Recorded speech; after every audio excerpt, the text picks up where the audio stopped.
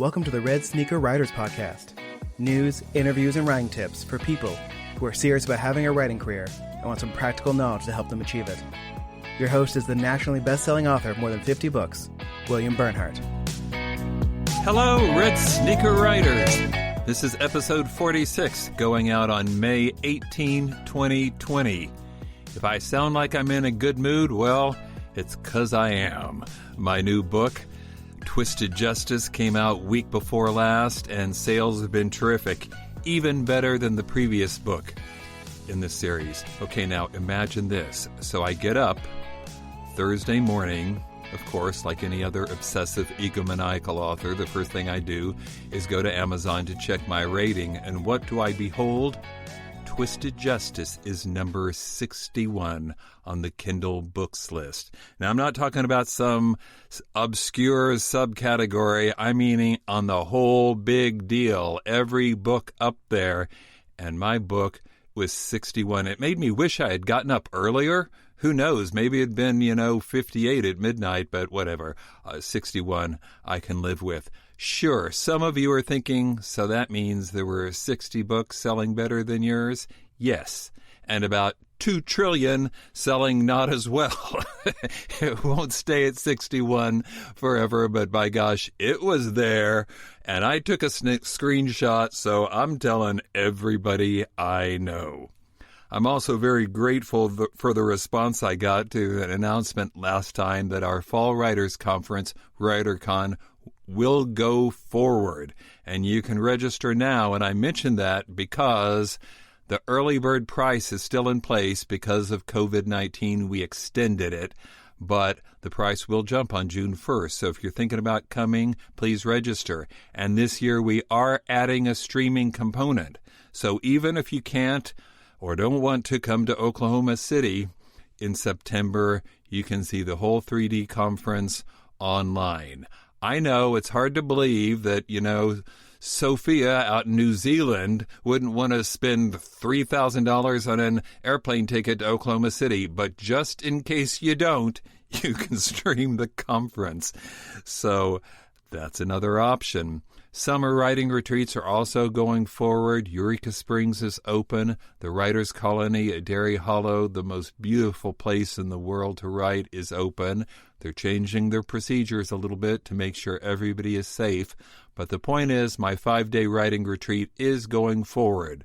So if you want to take a deep dive into that work in progress, here's your chance. I read manuscripts before you get there. I read them every night and give you feedback and editing.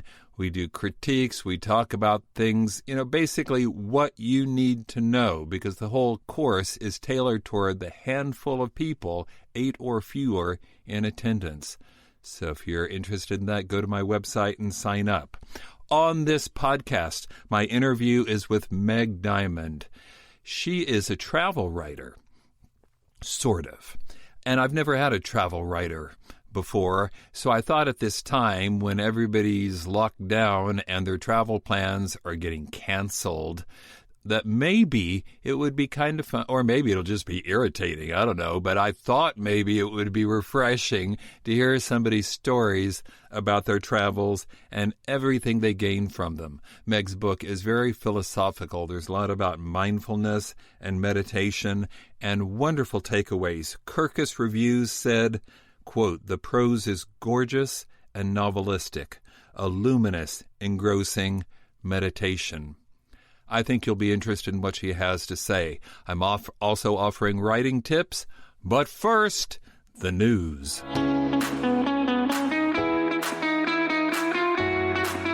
The headline news story this time, at least for Red Sneaker writers, is the recent announcement by Apple Books that they are going to launch their own platform for people to be able to upload their books directly for sale at Apple Books from PCs. Now, this already existed to some extent for Mac users, which makes sense since we're talking about Apple. But, of course, Apple and Mac users are a small percentage compared to PC users. Well, now it's available to everyone. It's an online hub full of information, some of it basic, but a lot of it really very useful. But the main thing is it's a publishing portal. so you can directly upload your work, just like many of you I know have done at Amazon through their KDP program. Now, in the past, some of you, including me, for the books we publish, we've used Draft to Digital, which distributes to Apple and a bunch of other places too. And that's very convenient, and you may want to continue with that. I mean, at some point, there are so many online sales platforms, you do not want to individually upload your books to each of them. It would take forever. Amazon's always going to be the place where you sell the most books, but that's followed closely by BarnesandNoble.com and Apple. And there may be some advantages to uploading directly to Apple. If you want to stick with Draft to Digital, but try this out, you can uncheck the box in front of Apple, and Draft to Digital will distribute every place except not Apple, just as many people have used them to distribute every place but Amazon in the past. I think this could be a major deal. We're going to, test it out, and I'll report back and see what happens. But, they've just relaunched their platform and renamed it Apple Books, and I think this is a follow-up or a continuation of that focus on books. Here are some of the advantages Apple Books is offering for people in their program. They're paying 70% royalties, 70% of the retail price, whatever it is. Now, at Amazon's KDP, as you may well know, you have to price your book at least $2.99 before you get the 70% royalty. Anything less than that, like, say, 99-cent books, which are quite popular, you only get a 35% royalty. But Apple will give you 70% whether your book is 99 cents or $200, except don't do that. Nobody's going to buy that, I think. So that's an advantage. Apple Books is going to pay out within 45 days of the end of each month, which is a little quicker. Not dramatically so, but a little quicker than Amazon. And there will be no delivery fees at Apple Book whatsoever. A lot of people are not content with the fact that KDP does a lot of fees attached to people like children's authors or graphic novelists. Anybody who uses pictures in their ebooks get charged extra fees. That's not going to happen at Apple. So, as you know, as far as I'm concerned, anything that gives writers more opportunities, more ability to benefit from the work, I'm in favor of it. And I think this could turn out to be a very good thing. In the world of traditional publishing, Big Five, undoubtedly the lead story is that we have lost the CEO of Simon & Schuster, the only one of the Big Five publishers that is American-owned. Carolyn Reedy, who was 71, died of a heart attack earlier this week. She'd been at the company for more than 30 years and was much beloved by many people that she worked with, like Doris Kearns Goodwin and Stephen King, Hillary Clinton. Bob Woodward, the famous journalist, according to the New York Times article, called her the ultimate boss. He said in their article, quote, "She would let you write the book you wanted to write. She would say, if that's the truth as you found it, we will publish it," end quote. So we will mourn her passing. You'll recall, of course, that I reported earlier that Simon & Schuster is for sale. Their parent company has already announced that Simon & Schuster can be acquired if you've got a few extra billions in your pocket. In other Big Five news, there have been a bunch of layoffs at Macmillan. According to Publishers Lunch, it's something like 25 to 30 jobs have been eliminated through all of its many subsidiaries. HarperCollins, another Big Five company, this one owned by News Corp, which is, of course, Australian, reported a profits increase on a modest sales decline. How does that work? You have to be a better accountant than I am to understand that. The part I hear is sales are down. Bertelsmann, the German-owned corporation, which of course owns Penguin Random House, the world's biggest trade publisher, reported a first quarter decline, though only of a little under 3%. Hachette, the other Big Five company, which is French-owned, reports that their revenues declined by 12.5% during the first quarter of this year, which is obviously a little bit more dramatic. Hachette aside, the truth is print sales overall are not as bad as some people were predicting, but obviously it's not because of bookstores. It's because of online sales. You're also seeing more books in stores like Target and Walmart if you're actually going into those, but mostly it's at Amazon. There are independent bookstores, of course, I know too, but their percentage of the market is small, like single digits small, whereas Amazon accounts for more than half of all U.S. print sales.